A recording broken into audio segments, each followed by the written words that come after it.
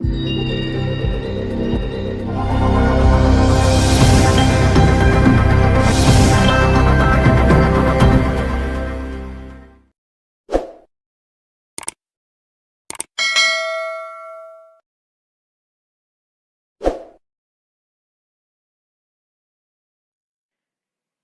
वालेकुम फ्रेंड्स, उम्मीद है कि आप सब खैरियत से होंगे। आज हम जो चैप्टर स्टार्ट करने जा रहे हैं वो है हमारा सेट चैप्टर। जैसे कि मेरे पास कमेंट आया था कुछ व्यूवर्स का, जैसे कि उन्होंने कहा कि मैम आप जो है किसी एक चैप्टर को लें और उसके एमसीक्यूज और उसकी जितनी भी डिटेल है आप हमारे क्लियर करें ताकि हमारा कॉन्सेप्ट क्लियर हो सके। तो इसी बात को मैंने देखा कि मैंने कहा अब सेट चैप्टर लेते हैं और इसी पे ही डिस्कस करते हैं। इसी की बेसिक चीज़ें हम क्लियर करेंगे। वीडियो को पूरा देखिएगा, इसको स्किप बिल्कुल भी नहीं कीजिएगा। इसमें छोटी-छोटी चीज़ें, बेसिक चीज़ें मैंने बताई हुई हैं, जो कि अक्सर स्टूडेंट्स को पता नहीं होती हैं। तो इस वीडियो को पूरा कंप्लीट देखें। अगर इसमें फिर भी कोई भी आपको ऐसा क्वेश्चन, ऐसी कोई पॉइंट समझ में नहीं आती तो आप इज़िली मुझसे कमेंट के ज़रिए पूछ सकते हैं। और स्टार्ट करते हैं अपने चैप्टर को। चैप्टर का नाम है हमारा सेट। इसकी बेसिक चीज़ें हम क्लियर करेंगे। पहले तो हम इस स्टेप बाय स्टेप डेफिनेशन को समझेंगे, उसके बाद हम एमसीक्यूज़ को सॉल्व करेंगे। स्टार्ट करने से पहले मैं आप सबसे यही कहूँगी कि अगर आप मेरे चैनल पर नए हैं तो मेरे चैनल को सब्सक्राइब करें, साथ में दी गई बेल आइकन को भी प्रेस कर दें ताकि आने वाली तमाम न्यू वीडियोज़ की अपडेट सबसे पहले आप लोगों को मिल सके। और वीडियो को लाइक ज़रूर कीजिएगा अगर आपका कॉन्सेप्ट क्लियर होता है मेरी वीडियो से, और दूसरे के साथ शेयर लाज़मी करें ताकि सबके लिए ये बेनिफिशियल रहे वीडियो। आइए अब स्टार्ट करते हैं अपने चैप्टर को। चैप्टर का नाम है सेट्स। तो सबसे पहले हम डेफिनेशन को रीड करते हैं कि a set is a well defined collection of distinct object. तो सबसे पहले हमें ये पता होना चाहिए कि हम सेट किसे कहते हैं। तो सेट हम उस कलेक्शन को कहते हैं जो कि वेल डिफाइन हो और डिस्टिंक्ट ऑब्जेक्ट हो। अब वेल डिफाइन और डिस्टिंक्ट ऑब्जेक्ट से क्या मुराद है? डिस्टिंक्ट मीन्स डिफरेंट एलिमेंट्स हो उसके अंदर, रिपीटेड ना हो, और इसके अलावा जो है क्या कह रहे हैं कि वेल डिफाइन हो मीन्स कि ऑथेंटिक हो। जैसे कि हम एक एग्जांपल ले लें कि set of all vowel in English alphabet. जितने भी वॉवेल्स हैं हमारे इंग्लिश अल्फ़ाबेट में, तो ये एक हमें ऑथेंटिक पता है कि वॉवेल हमारे क्या होते हैं, ए ई आई ओ यू। ये हमारा एक वेल डिफाइन है। और इसमें आप ये भी देख सकते हैं कि ए ई आई ओ यू, इसमें कोई भी ऐसा एलिमेंट, ऐसा कोई भी जो है हमारा वर्ड जो है रिपीट नहीं हो रहा, तो ये डिस्टिंक्ट ऑब्जेक्ट भी हुआ। तो ये हमारा क्या हो गया, एक वेल डिफाइंड और डिस्टिंक्ट ऑब्जेक्ट हो गया हमारा सेट के अंदर। ये हमारी कंडीशन कंप्लीट हो गई, कलेक्शन हो गई कंप्लीट हमारी, जिसे हम क्या कहते हैं, सेट कहते हैं। तो सेट को हम 3 फॉर्म्स में लिखते हैं। किस तरह? डिस्क्रिप्टिव, टैबुलर और सेट बिल्डर। तो सबसे पहले आते हैं हम डिस्क्रिप्टिव की तरफ। तो डिस्क्रिप्टिव हम किसे कहते हैं कि one way to specify set is to give a verbal description of its elements. Elements को जब हम अपनी वर्बल डिस्क्रिप्शन में लिखते हैं, जैसे कि हम अपनी वर्डिंग में लिखते हैं, तो उसे हम क्या कहते हैं, उसे हम कहते हैं डिस्क्रिप्टिव फॉर्म। जैसे कि set of vowel of English alphabet. अब इसी को ही हम कन्वर्ट करते हैं टेबुलर फॉर्म में, तो ये हमें क्या गिवन है, हाँ ये हमें गिवन है सिर्फ और सिर्फ डिस्क्रिप्टिव फॉर्म में, जो कि हमारी वर्बल डिस्क्रिप्शन है, जो कि हमारी अपनी वर्डिंग में लिखी है। और इसके बाद उससे पहले वाली एग्जाम्पल क्या है कि set of first and odd integers. तो यहाँ पर भी देखें कि first and odd integers, that mean कि ये हमारी क्या है, एक वर्बल डिस्क्रिप्शन है, जिसे हम क्या कहते हैं, डिस्क्रिप्टिव फॉर्म। उसके बाद आते हैं हम टेबुलर फॉर्म की तरफ। तो टेबुलर फॉर्म हम किसे कहते हैं कि member of a set are written within a braces are separated by commas. अब सेट के अंदर हम क्या करते हैं, जितने भी मेंबर लिखेंगे, एक तो हमें कर्ली ब्रैकेट में लिखते हैं और उसके कर्ली ब्रैकेट में लिखने होते हैं, और उसके साथ साथ हर एक एलिमेंट को हमें सेपरेट करके लिखना होता है, कॉमा लगाकर हमें। जैसे कि यहाँ पर आपको सामने एग्जांपल्स नज़र आ रही होंगी कि ए हमारा किसके इक्वल बताया गया है कि 1,3,5,7, एंड अप टू 19 तक है। तो ये कर्ली ब्रैकेट के अंदर हमें लिखा है और हर एक एलिमेंट को हमने कॉमा लगाकर लिखा है। तो इस कंडीशन को हम क्या कहते हैं, ये हमारी टेबुलर फॉर्म कहलाती है। और इसके अलावा हम ये भी एक बात बताती चलूँ आपको कि जब भी हम टेबुलर फॉर्म में लिखते हैं, तो अगर हमारे पास ऐसे अल्फ़ाबेट्स की फॉर्म में आ जाएँ, तो हमें हमेशा एलिमेंट्स को बाहर हम जो सेट डिनोट करते हैं वो हम हमेशा कैपिटल से डिनोट करते हैं, और जो हम ब्रैकेट के अंदर लिखते हैं, कर्ली ब्रैकेट के अंदर टेबुलर फॉर्म में, वो हमारे स्मॉल लेटर्स होने चाहिए। तो यहाँ पर आप देख सकते हैं कि ये हमारे तमाम एलिमेंट्स जो हैं क्या है, हमारे स्मॉल है, ए ई आई ओ यू। तो ये भी एक चीज़ क्लियर होनी चाहिए आप लोगों को। अब आते हैं हम सेट बिल्डर फॉर्म की तरफ। तो सेट बिल्डर फॉर्म क्या कहते हैं कि set builder form is a mathematically notation. ये मैथमेटिकली नोटेशन से हम जो है ना इसको डिस्क्राइब करते हैं। For describing a set by enumerating its element और starting the properties that its members must satisfy. तो इसको हम क्या करते हैं, इसको हम मैथमेटिकली नोटेशन से लिखते हैं, जिसे हम क्या कहते हैं, सेट बिल्डर फॉर्म कहते हैं। तो ये छोटी सी एग्जांपल्स नीचे गिवन है, जैसे कि यहाँ पर आप देख सकते हैं, जिसे हम क्या कहते हैं, सेट बिल्डर फॉर्म कहते हैं। अब हम आते हैं छोटी सी डेफिनेशंस की तरफ, जिनका समझना हमारा लाजमी है। ये छोटी छोटी चीज़ें हमें जब क्लियर होंगी तो ही हम इजीली क्वेश्चंस को सॉल्व कर सकते हैं। जैसा कि एमसीक्यूज में हमारे टेस्ट में हमारे एमसीक्यूज आएंगे तो उसमें हमारी ये चीज़ें छोटी छोटी मिक्स होकर आ जाती हैं। तो आते हैं अपने पॉइंट्स की तरफ। यूनियन ऑफ टू और मोर सेट्स। अब यहाँ पर बताना है कि यूनियन निकालना हो दो या दो से ज़्यादा सेट्स का तो किस तरह निकाल सकते हैं, उसका क्या प्रोसेस होता है। If A and B are any two sets, then the union of set A and set B consists of all elements in A or in B and is denoted by A union B। ये तो बता रहे हैं कि इसको हम denote किस तरह करेंगे, A यूनियन B। यूनियन का मीन्स तरतीब निकालना। अब जब हमारे पास दो सेट गिवन है A एंड B, जैसे कि हमारे पास ये दो सेट गिवन है, इनका अगर हमें कहा जाए कि आप यूनियन फाइंड करें, तो यूनियन हम किस तरह फाइंड करते हैं कि A और B के मेंबर्स का दोनों का मिला के हम तरतीब लिखते हैं। तरतीब से मुराद जब ए और बी सेट के अंदर अगर कोई भी एक एलिमेंट सेम आ जाता है, जैसे कि यहाँ पर आप देख सकते हैं 3 एंड 3। वैसे तरतीब अगर निकालेंगे तो हमारी तरतीब क्या निकलेगी, 1 2 3 4 5, इस तरह की तरतीब निकलेगी। जबकि यहाँ पर 2 3 आ रहे हैं, तो यहाँ पर यूनियन की क्या शर्त होती है कि तरतीब के अंदर अगर कोई नंबर दो सेट्स में रिपीट हो रहे होते हैं तो उसको हम एक बारी करके लिखते हैं तरतीब में। तो यहाँ पर जब ए यूनियन बी निकाल रहे हैं हम, तो यहाँ पर हमारा यूनियन कैसे निकल रहा है, 1 2 3 4 5। तो ये आपको बात क्लियर हो गई कि ए यूनियन बी, जब भी दो सेट्स का यूनियन निकाला जाता है तो तरतीब किस तरह निकाली जाती है। दो सेट्स की तरतीब इस तरह निकालें कि अगर कोई भी एक एलिमेंट दो बार आ रहा होता है उसको हम एक बार ही लिखते हैं तरतीब में। अब हम आते हैं इंटरसेक्शन ऑफ टू और मोर सेट्स की तरफ। If A and B are any two sets, then the intersection of set A and set B consists of all those elements which are common to both A and B and it is denoted by A intersection B। ये हमारी sign intersection की है।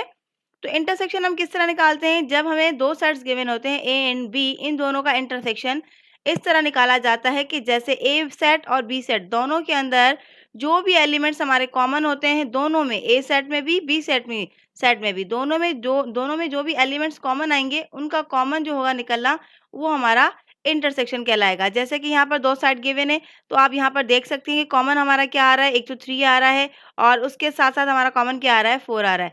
That mean कि ए intersection B हमारा क्या निकलेगा, 3 and 4, 3, 4। यहाँ पर आप देख सकते हैं कि इंटरसेक्शन मीन्स कॉमन निकालना है दोनों सेट्स में से ए एंड बी हो, सी एंड डी हो, जो भी सेट्स होंगे, लेकिन देखना हमें क्या है इंटरसेक्शन में, दोनों सेट में जो भी एलिमेंट्स कॉमन होंगे वो हमारा आंसर कहलाएगा इंटरसेक्शन का। अब आते हैं हम डिफरेंस की तरफ। If A and B are two sets, then their difference consist of all those elements of A which are not in set B and it is denoted by A difference B. ये sign हमारी difference की है, sometime हम ऐसे भी लगाते हैं। उसके बाद एग्जाम्पल है कि डिफरेंस हमें किस तरह निकालना होता है। जैसे कि दो सेट्स हमें गिवन होते हैं डिफरेंस के लिए, तो डिफरेंस निकालने का तरीका क्या होता है, जो भी हमारा पहला सेट होता है, चाहे वो ए हो चाहे वो बी हो, अगर ए डिफरेंस बी कहा है तो ए सेट का देखेंगे, अगर बी डिफरेंस ए कहा है तो हम बी सेट में से देखेंगे। तो ये लाजमी नहीं कि सिर्फ ए हो तो ए से ही निकालेंगे। तो यहाँ पर कहा है क्वेश्चन में ए डिफरेंस बी, तो हमने यहाँ पर लिख दिया ए डिफरेंस बी। अब डिफरेंस का कॉन्सेप्ट क्या होता है कि आप यहाँ पर ये देखेंगे कि यहाँ के जितने भी एलिमेंट्स ए सेट के अंदर एलिमेंट चेक करेंगे और इस सेट में एलिमेंट्स चेक करेंगे। यहाँ पर देखें 5 6 दोनों सेम आ रहे हैं, दैट मीन के 5 6 दो एलिमेंट्स ऐसे हैं जो कि बी सेट से लिंक रखते हैं, उसके अंदर मौजूद हैं। तो डिफरेंस क्या आ रहा है रिमेनिंग ए सेट के अंदर, सिर्फ और सिर्फ 2 3 4। तो डिफरेंस सिर्फ और सिर्फ हमें इस सेट से निकालना है जो कि हमारा पहला सेट होगा, चाहे वो ए हो, बी हो, सी हो या डी हो। यहाँ पर हमने ए डिफरेंस बी निकाला है तो हमने ए सेट रखा है। सिर्फ ये देखना होता है हमें कि इस सेट के अंदर जितने भी एलिमेंट्स हैं, इनमें से कौन से एलिमेंट्स हैं जो कि बी सेट के अंदर आ रहे हैं, उनको आप हटाकर बाकी जितने भी आपके एलिमेंट्स होंगे वो हमारा डिफरेंस कहलाते हैं ए डिफरेंस बी। तो यहाँ पर हमारा डिफरेंस क्या आया है, 2 3 4। यहाँ पर 5 6 सेम आ रहे हैं तो ये हमने 5 6 को स्किप कर दिया, बकाया जितने भी हमारे एलिमेंट्स हैं वो हमारा डिफरेंस है ए डिफरेंस बी का। तो 2 3 4 हमारा आ गया। अब आते हैं हम डिसजॉइंट सेट की तरफ। Two sets A and B are disjoint sets if they do not have any common elements.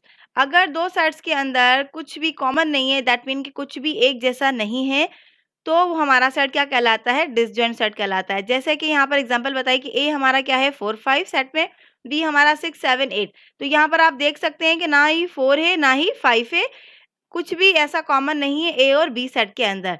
तो उस सेट को हम क्या कहते हैं, जिसका आंसर 5 आए दैट मीन कि खाली है, कुछ भी ना आए, तो वो हमारा सेट क्या कहलाता है, डिसजॉइंट सेट कहलाता है। अब आते हैं हम ओवरलैपिंग सेट की तरफ।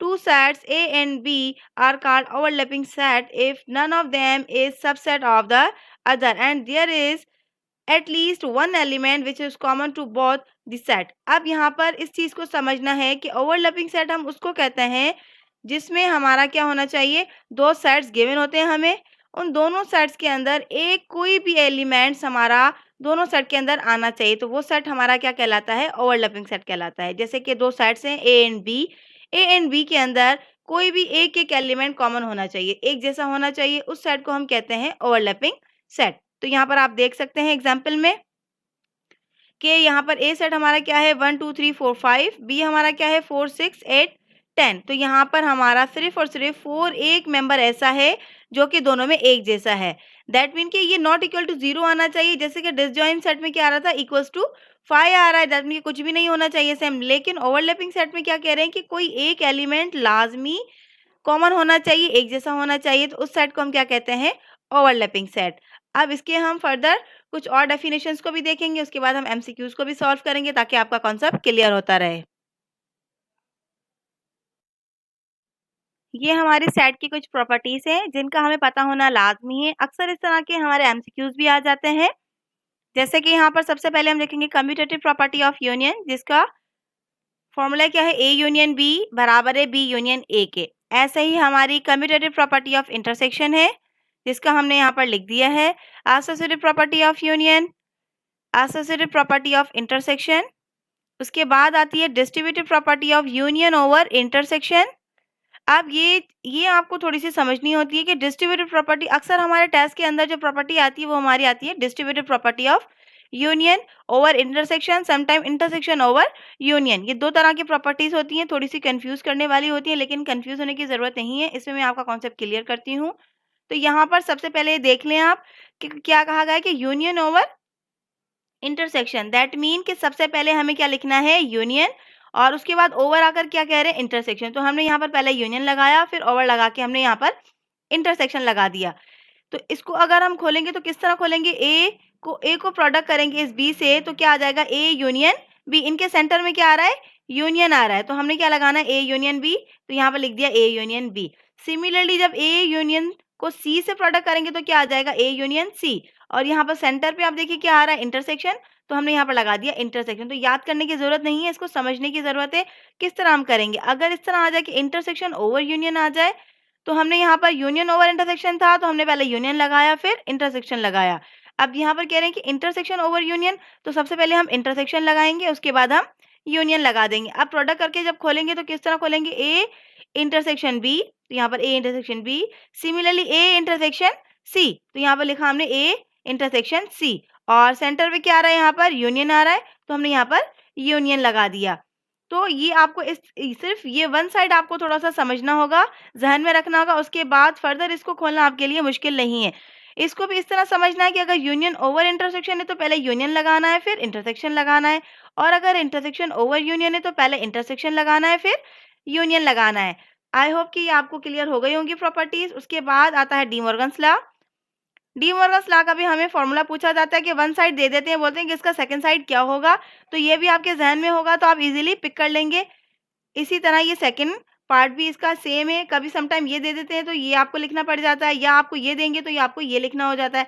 कोई भी एक पार्ट आपको, एक साइड आपको देंगे, एक साइड आपको लिखनी होती है। जब आपको याद होगा तो ही आप सेकंड पार्ट उसका बता सकते हैं, अदरवाइज आप नहीं बता सकते। तो ये चीजें आपको जहन में रखना लाजमी है।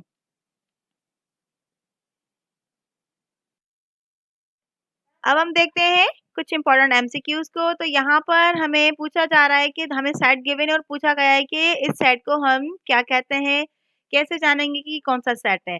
तो अब हमें पता होना चाहिए जिस सेट के अंदर नंबरिंग की स्टार्टिंग हमारी 1 से होती है तो वो नंबर हमारे क्या कहलाते हैं, नेचुरल नंबर्स कहलाते हैं। तो यहाँ पर गिवन ऑप्शंस हमारे कितने हैं, prime numbers, natural number, whole number, और उसके साथ साथ हमें क्या बताया जा रहा है, रेशनल नंबर भी। तो हमें पता होना चाहिए कि कौन सा ऑप्शन करेक्ट होगा। तो यहाँ पर जो हमारा ऑप्शन होगा करेक्ट वो हमारा हो जाएगा नेचुरल नंबर का, क्योंकि नेचुरल नंबर की स्टार्टिंग हमारी 1 से होती है and up to so on चलते जा रहे हैं। जितने भी नंबर हैं ये हमारे नेचुरल नंबर ही कहलाएंगे। तो बी ऑप्शन हमारा करेक्ट आंसर है। उसके बाद आते हैं हम अगले एमसीक्यूज की तरफ। तो यहाँ पर जो नंबरिंग की स्टार्टिंग है सेट के अंदर एलिमेंट्स की वो है 0 से स्टार्टिंग। तो 0 1 2 3 and up to so on. तो जिस सेट के अंदर हमारी एलिमेंट्स जो हैं 0 से स्टार्ट होते हैं वो हमारे वो सेट हमारा क्या कहलाता है, वो हमारा होल नंबर्स कहलाता है। तो यहाँ पर आप देख सकते हैं कि सी ऑप्शन जो है हमारा क्या है, करेक्ट आंसर है, ये होल नंबर्स है हमारे। उसके बाद आते हैं हम इसके आगे वाले एमसीक्यूज पर। तो यहाँ पर हमें गिवन है 0, plus minus 1, plus minus 2, plus minus 3 and up to so on. तो यहाँ पर पूछा जा रहा है कि इस सेट को हम क्या कहते हैं, positive integer, negative integer, integers या रियल नंबर्स। तो यहाँ पर सबसे पहले हमें ये पता होना चाहिए कि अगर हम यहाँ पर माइनस को हटाकर सिर्फ 1 प्लस 2 प्लस 3 इस तरह करके हम सेट में रखेंगे तो ये हमारे पॉजिटिव इंटीजर्स कहलाएंगे। और अगर हम ये पॉजिटिव की साइन हटाकर ओनली नेगेटिव साइन लगा दे, -1 -2 -3, तो ये हमारा क्या कहलाएंगे, नेगेटिव इंटीजर्स कहलाएंगे। अगर एक सेट के अंदर प्लस माइनस दोनों ही साइन आ जाती हैं तो उसको हम क्या कहते हैं, उसे हम कहते हैं इंटीजर्स। तो हमारा यहाँ पर सी ऑप्शन जो है करेक्ट आंसर है। उसके बाद आते हैं a set containing no element is called. एक सेट के अंदर कोई भी एलिमेंट नहीं है, खाली है, कुछ भी नहीं है, तो वो सेट क्या होता है। तो सबसे पहले तो हमें ये पता होना चाहिए कि इनफाइनाइट सेट क्या है। इनफाइनाइट सेट वो सेट है उस सेट के अंदर एलिमेंट्स जो है हमारे इतने हो जिसको हम काउंट नहीं कर सकते, अनलिमिटेड हो, वो हमारा इनफाइनाइट सेट होता है। उसके बाद आते हैं नल सेट, दैट मीन के खाली सेट जिसमें कुछ भी ना हो। सिंगलटन सेट, उसमें एक मेंबर लाजमी हो। तो यहाँ पर हमारे पास जो आंसर आ रहा है वो हमारा क्या आ रहा है, बी ऑप्शन आ रहा है, क्योंकि ये कह रहे हैं कि एक सेट के अंदर कोई भी एलिमेंट नहीं है तो वो सेट क्या कहलाएगा, तो वो लाजमी है कि हमारा नल सेट ही कहलाएगा। तो ये हमारा बी ऑप्शन करेक्ट आंसर हो जाएगा। उसके बाद क्या कह रहे हैं कि अ set containing finite number of element is called. एक सेट के अंदर फाइनाइट नंबर है। फाइनाइट मींस के वो सेट जिसके अंदर finite number means limited number जो कि हम इजीली काउंट कर सकते हैं, तो वो हमारा सेट क्या कहलाएगा, वो हमारा फाइनाइट सेट कहलाएगा। तो यहाँ पर आप देख सकते हैं कि नल सेट मींस खाली सेट। तो यहाँ पर हमें सी ऑप्शन जो है फाइनाइट सेट कहा गया है। तो यहाँ पर हमारा क्या हो जाएगा, फाइनाइट सेट हो जाएगा। इनफाइनाइट का हमें पता है कि इनफाइनाइट सेट हम किसे कहते हैं। अब उसके बाद आते हैं अगले एमसीक्यूज की तरफ। तो यहाँ पर हमारे जो नंबरिंग की स्टार्टिंग है वो है 2 3 5 7 11 and up to so on. तो इसको हम क्या कहते हैं, ये तमाम नंबर्स हैं, इस सेट को हम क्या कहेंगे, तो ये हमारे प्राइम नंबर्स हैं। ओड नंबर की स्टार्टिंग हमारी 1 से होती है। इवन नंबर की starting 2 4 6 8 and up to so on होती है। प्राइम नंबर की स्टार्टिंग हमारी 2 से होती है। नेचुरल नंबर हम ऑलरेडी पढ़ चुके हैं। तो यहाँ पर हमारा क्या हो जाएगा, प्राइम नंबर जो है हमारा करेक्ट आंसर हो जाएगा। तो सी ऑप्शन हमारा करेक्ट आंसर है। उसके बाद आते हैं हम आगे वाले एमसीक्यूज की तरफ। 2 4 6 8 and up to so on. तो यहाँ पर जो हमें नंबर गिवन है वो हमारे क्या है, ऑड नंबर की स्टार्टिंग हमारे 1 से होती है, 1 3 5 इस तरह से होती है। नेचुरल नंबर हम फर्स्ट वाले एमसीक्यूज में पढ़ चुके हैं। प्राइम नंबर्स हमने यहाँ पर देख ली कि प्राइम नंबर कौन से होते हैं। तो यहाँ पर हमारा आंसर क्या हो जाएगा, पॉजिटिव इवन नंबर्स, क्योंकि यहाँ पर ये इवन नंबर्स आ रहे हैं। पॉजिटिव दैट मीन के ये हमारे जितने भी नंबर हैं सारे हमारे पॉजिटिव के, कोई कहीं भी नेगेटिव की साइन शो नहीं हुई तो ये हमारे क्या हो जाएंगे, पॉजिटिव इवन नंबर्स होंगे। तो ये हमारा डी ऑप्शन क्या हो जाएगा, हमारा करेक्ट आंसर हो जाएगा।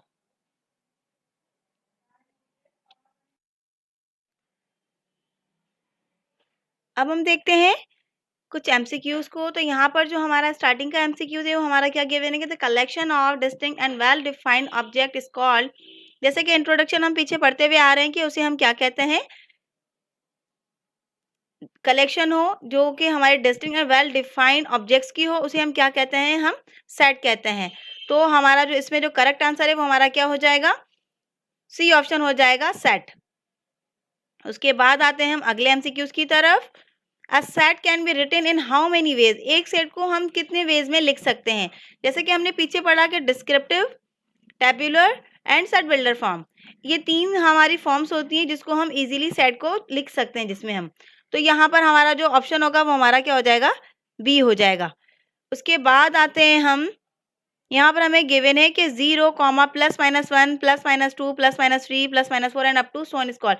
इस सेट को हम क्या कहते हैं कि नेचुरल नंबर कहते हैं, होल नंबर कहते हैं, या प्राइम नंबर्स कहते हैं, या इंटीजर कहते हैं। तो इंटीजर, पॉजिटिव इंटीजर, अगर इस सेट के अंदर ओनली प्लस की साइन आ जाए तो हमारा क्या कहलाएगा, पॉजिटिव इंटीजर कहलाएगा। अगर प्लस की साइन हटा के हम नेगेटिव लगाएं, -1 -2 -3, तो ये हमारा नेगेटिव इंटीजर हो जाएगा। लेकिन जब दोनों साइन एक साथ आ जाएं तो हमारा ये क्या कहलाता है, सेट हमारा इंटीजर्स कहलाता है। तो इस सेट को हम क्या कहते हैं, इंटीजर्स। तो डी ऑप्शन जो है हमारा करेक्ट आंसर है। अब आगे आते हैं कि N denotes the set of, N किसको डिनोट करता है, एन हमारा नेचुरल नंबर को डिनोट करता है। और इसके साथ साथ बाकी भी नंबर्स आएंगे आगे, मैंने जितने भी एमसीक्यू सॉल्व करूंगी उसमें सारी चीजें आपकी क्लियर होती जाएंगी। तो यहाँ पर तो हमारा जो करेक्ट आंसर होगा वो हमारा क्या हो जाएगा, एन डिनोट करता है नेचुरल नंबर को, तो ए ऑप्शन हमारा करेक्ट आंसर हो जाएगा। उसके बाद आते हैं number of elements in the power set. अब यहाँ पर हमें बताना है कि जो एलिमेंट्स गिवन है एज अ पावर सेट के तौर पे रखेंगे तो वो किसके इक्वल आएगा। तो पावर सेट का क्या होता है फॉर्मेशन, 2 पे पावर n। अब 2 तो हमारा सेम रहेगा, ठीक है। अब क्या करेंगे, हम 2 पे पावर दे देंगे, कितने नंबर से हमारे 4 हैं। तो अब हम क्या करेंगे, 2 को 4 टाइम खोलेंगे, 2 into 2 into 2 into 2, that mean कि 2 2 जा 4, 4 2 जा 8, 8 2 जा 16। तो हमारा यहाँ पर ऑप्शन क्या आ रहा है, 16 जो है हमारा करेक्ट आंसर आ रहा है। तो हमारा सी ऑप्शन करेक्ट आंसर होगा। आई होप कि क्वेश्चन समझ में आ गया हो। अगर नहीं आया तो आप मुझे कमेंट करके बता दीजिएगा, तो इसकी मैं पर्सनल वीडियो बना दूंगी पावर सेट की। उसके बाद आते हैं अगले एमसीक्यूज की तरफ। ये साइन जो है, इस साइन को हम क्या कहते हैं, असल में इसको हम कहते हैं इज अ मेंबर ऑफ भी कहते हैं, और इसके साथ साथ बिलोंग्स टू भी कहते हैं। तो यहाँ पर जो हमें गिवन ऑप्शंस में है, तो सबसेट तो हम कहते नहीं है, स्मॉलर देन भी नहीं है, ग्रेटर देन भी नहीं है। ये तो आप लोगों को पता है कि ग्रेटर और स्मॉलर साइन हम किसे कहते हैं, और इसके साथ साथ सबसेट भी हम किसे कहते हैं। तो यहाँ पर जो साइन, इस सिंबल को जो हम कहते हैं वो कहते हैं इज अ मेंबर ऑफ, ये इसका मेंबर है या ये इससे बिलोंग करता है। इस बिलोंग्स टू, इस ये भी कह सकते हैं हम। तो अगर ऑप्शन में बिलोंग्स टू भी आ जाए तो भी हमारा करेक्ट आंसर हो सकता है। तो यहाँ पर तो हमें given is a member of, तो ये ए हमारा ऑप्शन करेक्ट हो जाएगा। उसके बाद आते हैं इसके अगले एमसीक्यूज की तरफ कि हमें दो सेट गिवन है, इन दोनों की हमें यूनियन निकालनी है। तो यूनियन हम किस तरह फाइंड करेंगे कि दो सेट में, जैसे कि मैंने पीछे आप लोगों को क्लियर किया कि जब हम यूनियन निकालेंगे तो दोनों सेट की तरतीब तो देंगे, लेकिन दोनों सेट के अंदर अगर एलिमेंट्स 2 बार आ रहे होंगे, जैसे कि यहाँ पर आप देख सकते हैं कि यहाँ पर 4 आ रहा है और इस दूसरे सेट में भी हमारा 4 और 6 सेम आ रहा है, तो इनको हम रीअरेंज करके वंस टाइम लिखेंगे जिसकी तरतीब आएगी हमारे पास। तो यहाँ पर अगर हम तरतीब देंगे तो क्या आएगा हमारे पास, 3 के बाद 4 आएगा, 4 के बाद 5 आएगा, 5 के बाद हमारा 6 आ जाएगा। तो ये हमारा यूनियन निकलेगा। तो यहाँ पर आप देख सकते हैं ऑप्शन से हमारा जो करेक्ट आंसर है वो हमारा सी ऑप्शन आ रहा है कि 3 4 5 6। ऐसे नहीं कि अगर दोनों सेट में 2-2 बार आ रहे हैं तो हम 2-2 बार ही लिखेंगे, लेकिन ये चीज़, इस चीज़ का ख्याल करना है कि सिर्फ वंस टाइम ही लिखना है तरतीब में हमें। तो हमारे यहाँ पर जो करेक्ट आंसर है वो हमारा सी ऑप्शन है। उसके बाद आते हैं हम आगे की क्वेश्चन की तरफ। तो according to the De Morgan's law, तो यहाँ पर हमें सबसे पहले तो फॉर्मूले याद होने चाहिए। तो मैंने वीडियो में मेंशन की हुई है प्रॉपर्टीज और फार्मूलाज, जो आपको क्लियर कर देंगे कॉन्सेप्ट। ये आपके जहन में होना चाहिए कि हमें इसका आंसर क्या होना चाहिए हमारा। तो according to the De Morgan's law यहाँ पर गिवन है कि A union B whole complement, कि किसके इक्वल होगा, ये हमारे बी ऑप्शन जो है हमारा इसके इक्वल होगा। ये आपको जब फॉर्मूला याद होगा तो इजीली आप इसको पिक आउट कर दोगे। अब उसके बाद आते हैं distributed property, union over intersection. तो ये भी चीज़ मैं इस वीडियो में क्लियर करूंगी, तो आपका कॉन्सेप्ट क्लियर हो जाएगा। इसके ऑप्शंस थोड़े से स्किप हो गए, अगर आपको फॉर्मूला याद है तो आप इजीली उस पर टिक मार्क कर सकते हैं।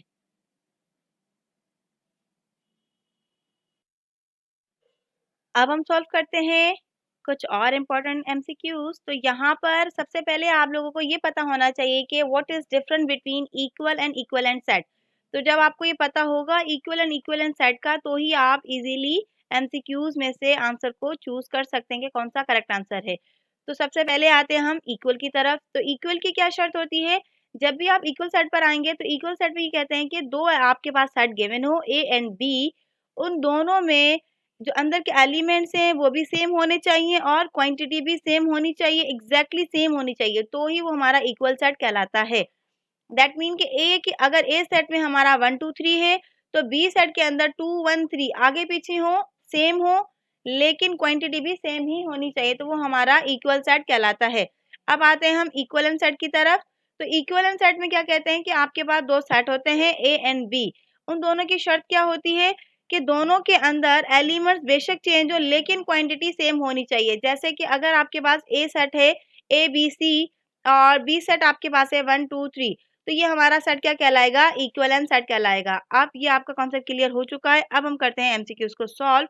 तो यहाँ पर एमसीक्यूज में क्या कह रहे हैं, if the number of element in finite set A and B is the same they are called. अब यहाँ पर क्या कह रहे हैं कि दो सेट्स हैं, उन दोनों के अंदर फाइनाइट नंबर्स हैं और सेम भी हैं, तो उस सेट को हम क्या कहते हैं। जैसे कि इन्होंने किस तरह बताया है कि ए और बी दो सेट है, दोनों के अंदर एलिमेंट्स की क्वांटिटी तो एक जैसी है, फाइनाइट नंबर्स ही हैं, लेकिन ये नहीं बताया कि एग्जैक्टली एक जैसे हैं, बिल्कुल ही सेम है, तो हम उसको कह सकते हैं भाई इक्वल सेट है।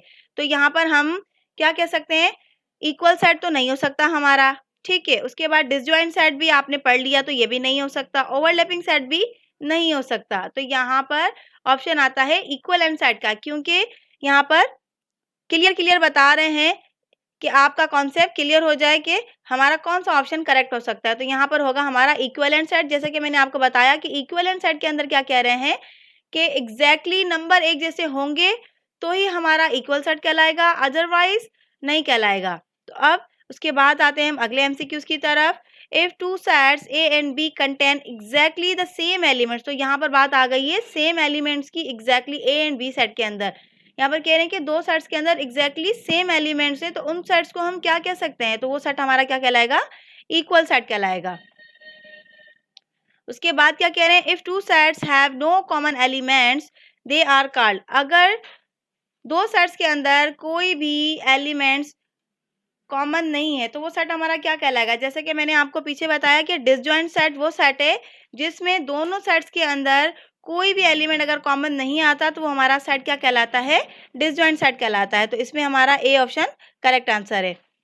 उसके बाद क्या कह रहे हैं कि ए और बी हमें गिवन दिया है, देन ए बी हमारे क्या हैं, कॉम्प्लीमेंट्री सेट है, ओवरलैपिंग सेट है, डिसजॉइंट सेट है या इक्वल सेट है। तो यहाँ पर आप देख सकते हैं कि ए हमारा क्या है 1 4 7 9 5 8 10 बी हमें गिवन है। तो आप देखें इनमें से कोई भी एक ऐसा एलिमेंट नहीं है जिसमें आप देख सकते हैं कि कोई भी सेम नहीं है। तो ये हमारा क्या होगा, ओवरलैपिंग में क्या होता है, कोई एक एलिमेंट लाजमी होना चाहिए। इक्वल में क्या होता है कि दोनों सेट की क्वांटिटी भी सेम होनी चाहिए और नंबर्स भी, अंदर के एलिमेंट्स भी सेम होने चाहिए, तो ये सेट भी नहीं हो सकता, ठीक है। तो डिसजॉइंट सेट की क्या शर्त होती है कि दो ऐसे एलिमेंट्स हो जिनमें कोई भी एक कॉमन नंबर नहीं आना चाहिए। तो यहाँ पर ये सेट क्या आइडेंटिफाई करवा रहे हैं कि ये डिसजॉइंट सेट है, तो यहाँ पर हमारा क्या हो जाएगा, सी ऑप्शन करेक्ट आंसर हो जाएगा हमारा।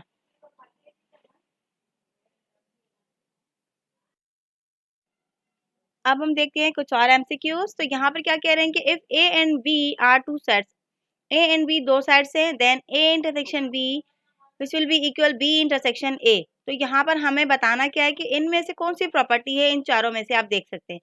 तो मैंने पीछे आप लोगों को पहले ही क्लियर कर दी थी प्रॉपर्टीज, तो यहाँ पर भी हमें क्या करना है, उन प्रॉपर्टीज को ध्यान में रखते हुए इसको यहाँ पर हमें हाईलाइट करना है कि कौन सा ऑप्शन हमारा करेक्ट आंसर है। तो यहाँ पर आप देख सकते हैं कि एसोसिएटिव प्रॉपर्टी ऑफ इंटरसेक्शन, क्या ये एसोसिएटिव प्रॉपर्टी है, नहीं है। डिस्ट्रीब्यूटिव प्रॉपर्टी भी नहीं है। Distributive property of intersection over union भी नहीं है। तो कौन सी प्रॉपर्टी है ये, कम्यूटेटिव प्रॉपर्टी ऑफ इंटरसेक्शन। तो हमारा जो करेक्ट आंसर होगा वो हमारा बी ऑप्शन हो जाएगा। उसके बाद आते हैं हम अगले क्वेश्चन की तरफ। If A B and C are three set, A B and C three sets हैं हमारे, तो यहाँ पर प्रॉपर्टी हमें क्या गिवन है, ए इंटरसेक्शन ब्रैकेट में B intersection C which will be equal A intersection B intersection C. अब ये कौन सी प्रॉपर्टी है, ये हमारी एसोसिएटिव प्रॉपर्टी है। तो यहाँ पर आप देख सकते हैं एसोसिएटिव प्रॉपर्टी तो है लेकिन यूनियन है या इंटरसेक्शन है, तो साइन कौन सी आ रही है, इंटरसेक्शन की आ रही है। तो यहाँ पर आप देख सकते हैं कि कहाँ पर ऐसा ऑप्शन है जहाँ पर हम इजीली इसको टिक मार्क करें। तो यहाँ पर है एसोसिएटिव प्रॉपर्टी ऑफ इंटरसेक्शन, तो ये हमारा करेक्ट आंसर है। बाकी के नीचे के तीन ऑप्शन हमारे बिल्कुल भी सही नहीं है, क्योंकि commutative property of intersection already हम ऊपर टिक मार्क करके आ चुके हैं। डिस्ट्रीब्यूटिव प्रॉपर्टी ये दोनों नहीं है, तो हमारा जो ए ऑप्शन है वो हमारा करेक्ट आंसर हो जाएगा, एसोसिएटिव प्रॉपर्टी ऑफ इंटरसेक्शन। उसके बाद आते हैं अगले क्वेश्चन की तरफ। If A B and C are the three sets, then A intersection B union C which will be equal A intersection B union A intersection C। तो यहाँ पर भी आप देख सकते हैं कि यहाँ पर मैंने आपको ये कॉन्सेप्ट क्लियर किया था, यहाँ पर है इंटरसेक्शन ओवर यूनियन। ये है तो डिस्ट्रीब्यूटिव प्रॉपर्टी, लेकिन फॉर्मेशन कहाँ से चेक करेंगे आप, इस फॉर्मेशन से चेक करेंगे कि कौन सी फॉर्मेशन है। यहाँ पर पहले इंटरसेक्शन आ रहा है फिर यूनियन आ रहा है, तो यहाँ पर क्या हो जाएगा, इंटरसेक्शन ओवर यूनियन। तो यहाँ पर आप ऑप्शन चेक करें कि यहाँ पर कहाँ है हमारा वो option. Distributive property of union over intersection, तो ये हमारा नहीं हो सकता क्योंकि यहाँ पर है इंटरसेक्शन ओवर यूनियन, तो यहाँ पर है intersection over union. Distributive property of intersection over union, तो हमारा जो करेक्ट आंसर होगा वो हमारा क्या हो जाएगा, डी ऑप्शन हो जाएगा।